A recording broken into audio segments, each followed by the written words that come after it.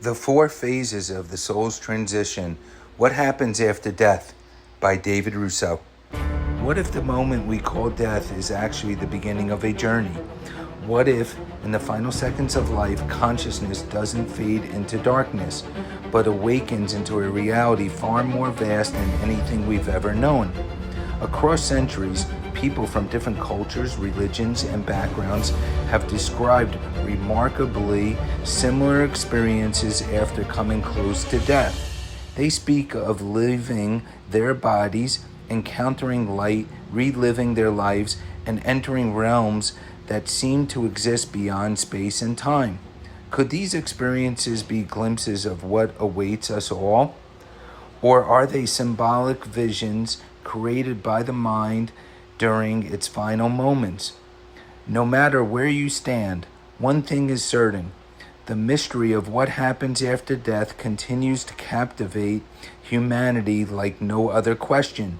Tonight, we will explore a fascinating framework known as the Four Phases of the Soul's Transition, a journey that many spiritual traditions believe begins the instant physical life ends. Stay with us as we uncover the stages said to await every soul beyond the threshold of death. Introduction. What if death is not an ending, but a passage through a series of profound transformations? Across ancient spiritual traditions, near-death experiences, mystical teachings, and esoteric philosophies, a fascinating idea appears again and again. The soul does not instantly arrive at its final destination. Instead, it moves through distinct phases of transition. For thousands of years, humanity has sought to understand what lies beyond the threshold of physical life. Every culture has developed its own explanations, stories, and sacred teachings concerning the fate of consciousness after death. Despite their differences, many traditions share remarkable similarities in how they describe the soul's journey. Some teachings suggest that death is merely the shedding of a temporary form. Others describe it as an awakening into a larger reality that exists beyond the limits of time and space. These perspectives challenge the common assumption that consciousness ends when the body ceases to function. Modern accounts of near-death experiences have added another dimension to this discussion. Individuals from diverse backgrounds often report feelings of peace, encounters with brilliant light, panoramic life reviews, and a sense of existing independently of the physical body. While interpretations differ, the recurring patterns have sparked growing interest among researchers, spiritual seekers, and ordinary people alike. In this exploration, we will examine the four phases of the soul's transition, a framework found in various spiritual traditions around the world. Whether understood as spiritual truth, symbolic wisdom, or a reflection of consciousness itself, these phases offer a compelling perspective on one of humanity's greatest mysteries. From the moment of separation to the possibility of returning to a higher source of existence, we invite you to journey beyond the veil and explore what may lie on the other side of death. Chapter 1. Humanity's oldest question. Since the dawn of civilization, people have asked the same question: what happens after we die? The awareness of mortality is one of the defining features of human consciousness, inspiring both fear and curiosity throughout history. Ancient cultures developed elaborate beliefs about the afterlife. The Egyptians prepared extensively for death, believing the soul would continue its journey in another realm. Tombs, sacred texts, and rituals were all designed to assist the deceased in navigating the worlds beyond. In Eastern traditions such as Hinduism and Buddhism, death is often viewed as a part of a larger cycle. Rather than a final ending, it represents a transition between states of existence. The soul or stream of consciousness continues evolving through multiple lifetimes. Indigenous traditions around the world have also described ongoing relationships between the living and the dead. Ancestors are often seen not as absent, but as active participants in the spiritual life of the community, offering wisdom and protection. Despite differences in language and symbolism, a common thread emerges. Across continents and centuries, countless traditions suggest that consciousness survives physical death in some form, continuing a journey that extends beyond earthly life. Chapter 2, The Moment of Separation. The first phase begins at the moment when the soul separates from the physical body. This transition is often described as gentle rather than frightening, marking the beginning of a profound shift in awareness. Many near-death experiences report an immediate sense of peace. Physical pain, fear, and discomfort seem to dissolve, replaced by a feeling of freedom and clarity. The burdens associated with the body no longer appear to limit consciousness. Some individuals describe observing their physical form from an external perspective. They report seeing medical personnel, family members, or surroundings while feeling detached from the events taking place around their bodies. During this phase, ordinary concepts of time may begin to lose their meaning. Moments can seem expanded, and awareness may become more vivid than anything experienced during physical life. Perception itself appears transformed. Whether interpreted spiritually or psychologically, these accounts suggest that the moment of separation is not characterized by annihilation, but by transition. Consciousness appears to enter a state unlike ordinary waking experience. Chapter 3, The Awakening Phase. Following separation comes a period often described as awakening. The soul gradually recognizes that a significant transformation has occurred and begins adapting to a new reality. At first, confusion may be present. Some traditions suggest that individuals remain attached to familiar surroundings and may not immediately understand that physical life has ended. Awareness unfolds in stages. As realization deepens, many accounts describe a growing sense of clarity. The limitations and concerns that once dominated daily life begin to fade, replaced by a broader perspective on existence. The awakening phase is frequently portrayed as deeply personal. Each soul encounters this transition according to its own experiences, beliefs, and level of spiritual development. The process unfolds uniquely for each and every individual. Over time, acceptance emerges. The soul begins to understand its new condition and prepares for the next stage of the journey. What initially seemed unfamiliar gradually becomes a new form of reality. Chapter 4, The Life Review. One of the most intriguing aspects of many spiritual accounts is the life review. During this phase, individuals are said to revisit significant moments from their earthly lives. Unlike ordinary memory, the life review is often described as immersive and immediate. Events may be experienced all at once rather than sequentially, creating a comprehensive understanding of one's lifetime. Many reports suggest that individuals not only relive their own emotions, but also feel the effects of their actions on others. Acts of kindness, compassion, neglect, and harm are experienced from multiple perspectives. This process is generally described not as punishment, but as understanding.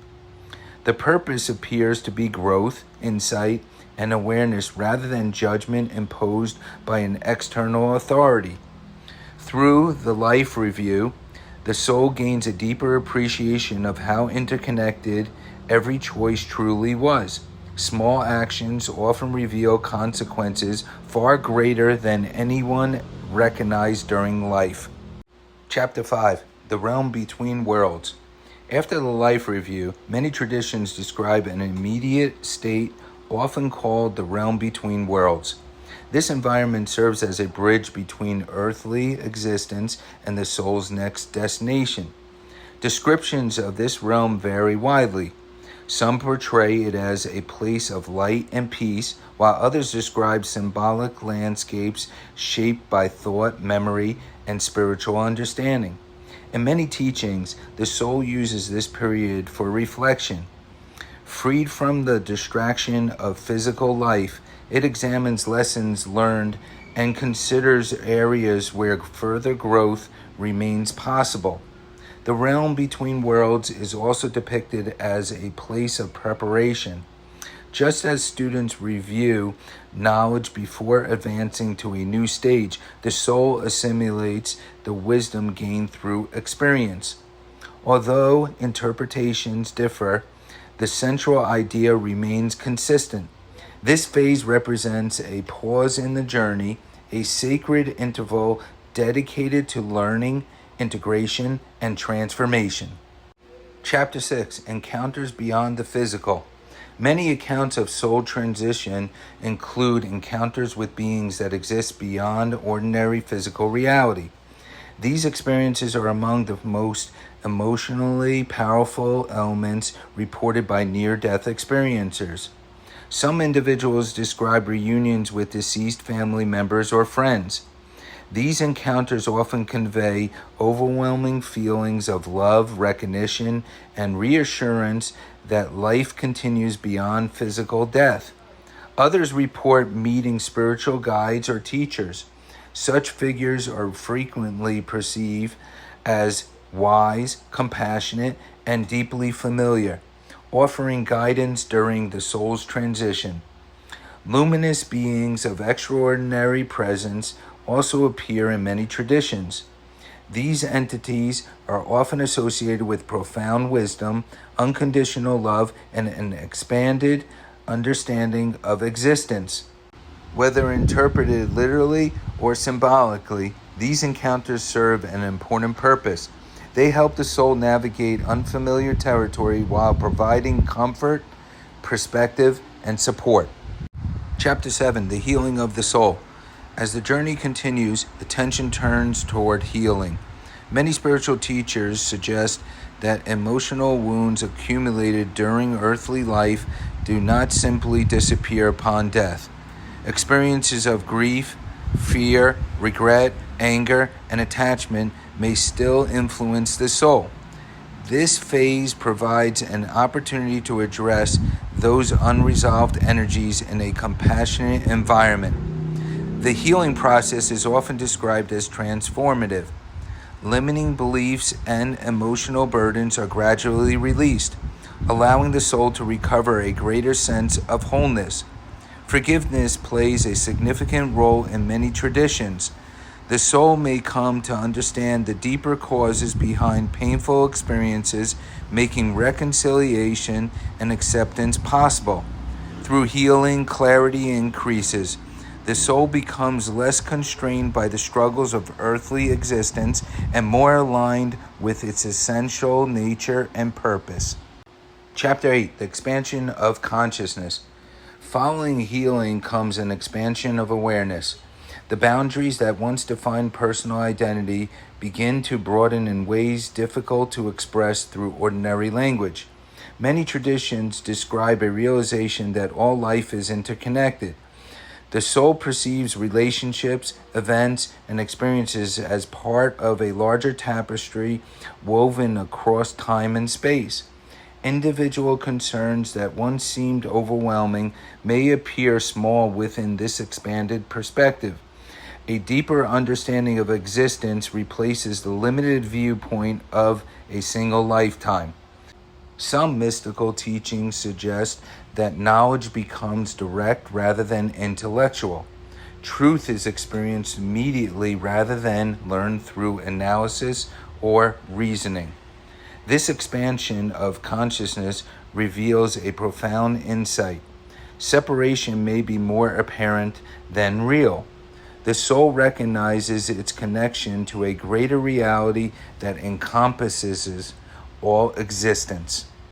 Chapter 9, The Choice Point. At a certain stage, many spiritual philosophies describe a moment of decision known as the choice point. Here, the soul determines the direction of its continuing journey. Some traditions teach that reincarnation becomes one possible path. The soul may choose to return to physical life in order to pursue further growth, learning, or unfinished purposes. Other teachings suggest alternative forms of evolution. Rather than returning to earthly existence, the soul may continue exploring higher levels of spiritual awareness. The choice point is often portrayed not as a forced decision, but as one guided by wisdom, understanding, and a clear perception of what is needed for a future development. Whatever form it takes, this stage represents a turning point. It marks the transition from reflection to movement, from preparation to the next chapter of existence. Chapter 10, The Return to Source. The fourth and final phase is often described as a return to source. Across cultures and traditions, different names are used, but the underlying theme remains remarkably similar. In this state, the soul experiences profound unity with a reality greater than itself. The sense of separation dissolves as awareness merges with an infinite presence. Mystics frequently describe this reunion as an encounter with unconditional love. Words become inadequate to capture the depth, peace, and fulfillment associated with this experience.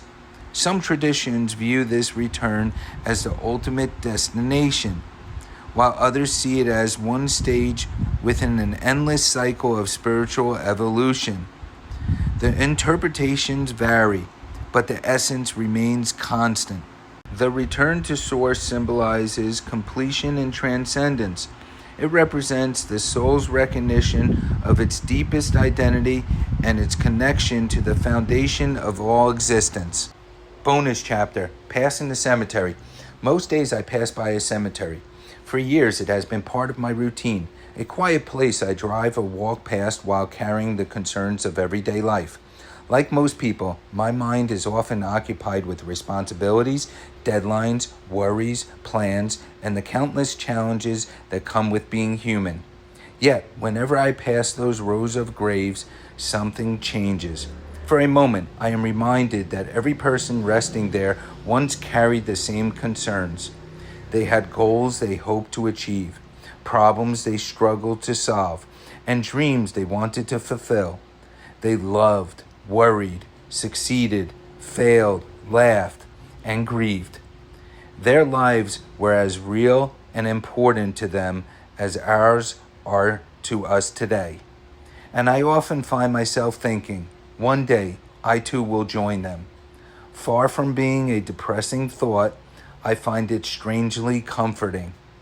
The cemetery reminds me that many of the things that seem overwhelming in the present moment are temporary. The arguments, frustrations, and anxieties that consume so much of our attention eventually fade into the larger story of a life lived. What remains is something deeper. Whether one believes in an afterlife, reincarnation, a return to source, or simply the enduring impact we leave on others, death places life into perspective. It invites us to ask what truly matters and how we choose to spend the limited time we are given.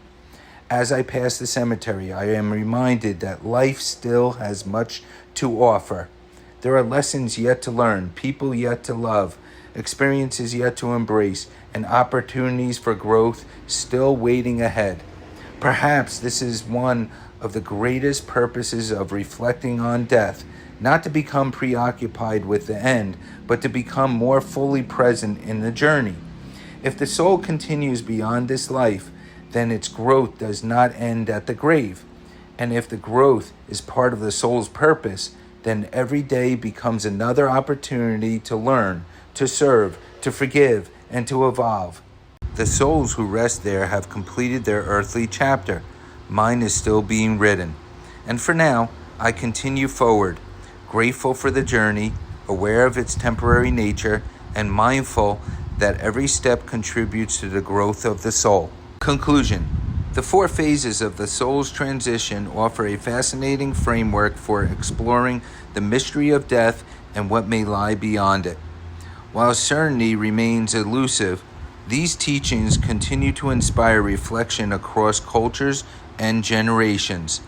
The similarities found among spiritual traditions, mystical experiences, and near-death accounts raise intriguing questions about the nature of consciousness.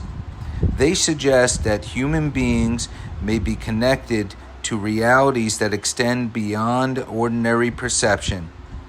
Whether understood literally or symbolically, these ideas encourage a broader perspective on life and death. They invite us to consider the possibility that existence is part of a larger journey.